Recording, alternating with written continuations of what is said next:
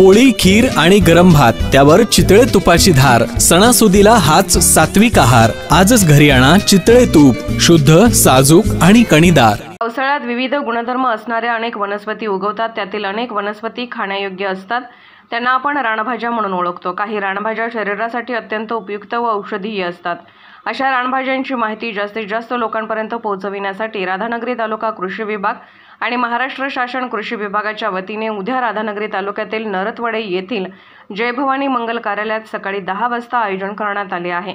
या रानभाज्या महोत्सवाचे उद्घाटन राधानगरी भुदरगड आजरा विधानसभेचे आमदार प्रकाश आंबेडकर यांच्या हस्ते होणार असून या कार्यक्रमास प्रमुख पाहुणे म्हणून जिल्हा कृषी अधीक्षक अजय कुलकर्णी, विभागीय कृषी सहसंचालक उमेश पाटील, विभागीय कृषी अधीक्षक अरुण भिंगारदिवे, आत्माचे प्रकल्प संचालक सौ रक्षा शिंदे उपस्थित राहणार आहेत, अशी माहिती राधानगरी तालुका कृषी अधिकारी श्रुतिका नलवडे यांनी दिली।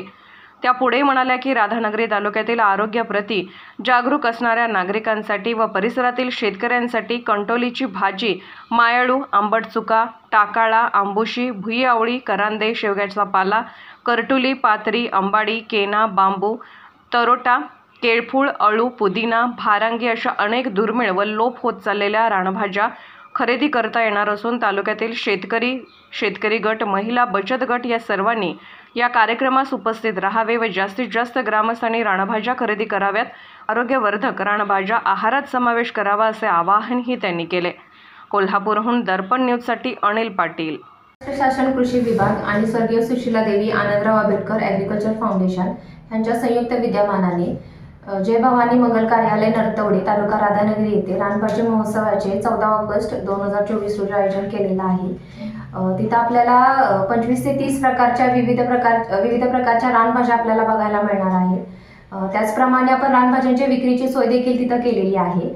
आपण एकरी 60 टन अंतर्गत आपण ऊस पीक स्पर्धा घेतलेली होती, त्याचे बक्षीस वितरणाचा कार्यक्रम देखील आपण घेणार आहोत। कार्यक्रमाच्या अध्यक्षस्थानी आपले माननीय आमदार आंबेडकर साहेब, प्रकाशराव आंबेडकर साहेब असणार आहेत। तर जास्तीत जास्त शेतकऱ्यांनी या कार्यक्रमाचा लाभ घ्यावा असं मी जाहीर आवाहन करते। धन्यवाद। निर्भीड बेधडक बातमीसाठी